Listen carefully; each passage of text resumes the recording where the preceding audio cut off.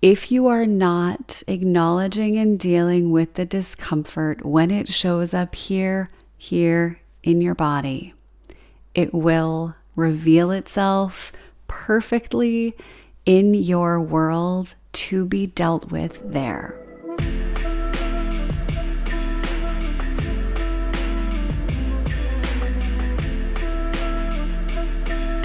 What is up? Welcome to Spiritual Real Talk. I'm Megan Monahan.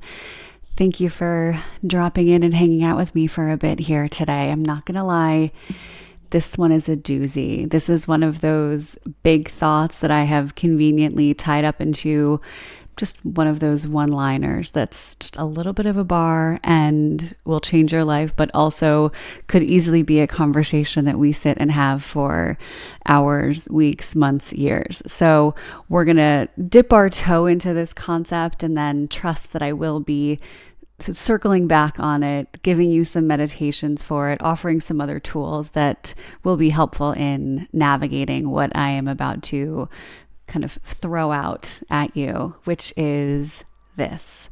And this did start as an Instagram post, so this incarnation of the conversation is the next step to be able to go a little bit deeper. But the thought is this: if the discomfort that you are feeling here within your body, if you are avoiding the discomfort there, know that it will show up here in your physical, tangible reality to be worked out there. It is painfully easy to kind of I'm fine your way through a difficult feeling, a big wave of emotion. It is really easy to I'm fine your way through that nagging thought, that pattern that keeps showing up over and over, that limiting thought, whatever it might be. It's easy as well even to ignore the whispers of a physical symptom. I know this all too well because I'm fined my way through the first 20 plus years of my life, and it turned into, oh wow, I have chronic hives. Oh wow, I have autoimmune issues. Oh wow, I have to get my gallbladder taken out from stress. Oh wow, I need to go to therapy to unpack some things because there are some very toxic patterns that keep showing up in my life, specifically in my dating relationships. Shout out to all of the same person that I dated over and over with different names and different bodies for a solid 8 years or so there. If you are not acknowledging and dealing with the discomfort when it shows up here in your body, it will reveal itself perfectly in your world to be dealt with there. So the invitation or the reflection that I want to invite you to use for this is to, I always say these things and I'm like, okay, good luck. Let me know how it goes. No, I have a tool for you. This is what I want you to reflect on. I want you to take a very honest bird's eye view look at your reality. Look at your relationships. Look at your, romantic dating, if that's part of your world. Look at your friendships. Look at your relationships with, maybe it's a boss, someone that you're working with, peers, colleagues. Look at your relationships with your family. Is there a common thread? Is there a common thread that keeps showing up? And you can kind of access this, reverse engineer it by asking yourself, because the ego really likes to speak in these terms, what is always happening? What's never happening, right? Precision languaging is a really powerful way to look at where we are kind of imprinting our story, our dysfunctional pattern out into the world and then receiving it as more of a victim, right? So rarely is something always the case or never the case. Generally speaking, it's, sometimes or oftentimes. It's rarely is it always or never. It's a really good sign that imbalance might be showing up and that you might be imprinting, right, your story, but not necessarily owning responsibility for it. So a really easy way to, again, reverse engineer this is to let your ego have the microphone for a second and just ask yourself, anywhere in my life is something seemingly always or never the case. This person never respects my boundaries. This person always, chooses something over me. Like, where is that juicy story that is showing up in your life? There's never enough money. People always take advantage of me. Allow that voice where you feel like probably a victim, like this thing is happening to you repeatedly. That's likely a really good access point for you into where there is something that is playing out in life because it needs to be resolved, worked through, integrated within yourself. Okay?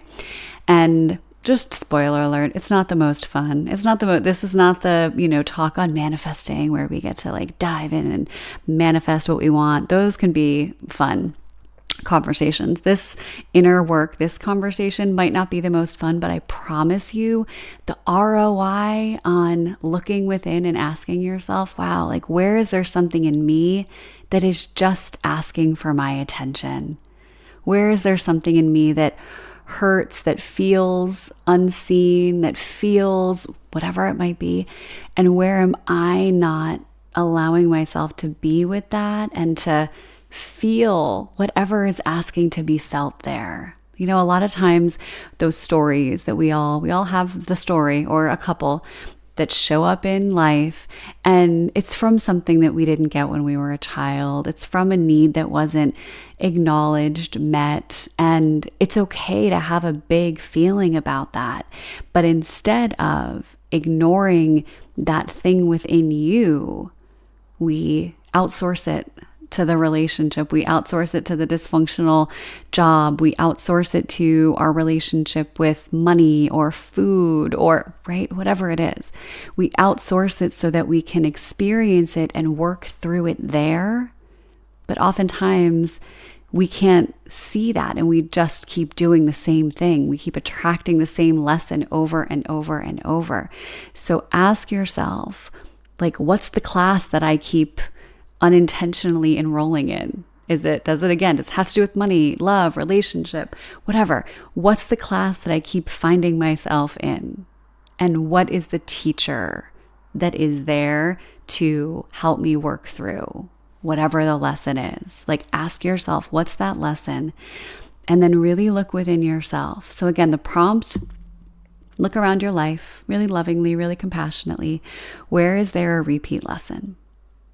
Where is the class showing up over and over and over that you absolutely want to drop, but you keep getting enrolled? What is the lesson? And where can you feel that and work through that within yourself? Meditation is a great way to do that, by the way. Let yourself have the time within you with that teacher so that then you can transcend that class and you don't have to keep getting enrolled. And I will tell you that after doing this work, I've never called in that same person to date, right? The person that, obviously different people, but same pattern, same vibe, same outcome. I haven't attracted that person in. And not only have I not attracted that person, they're not attracted to me anymore.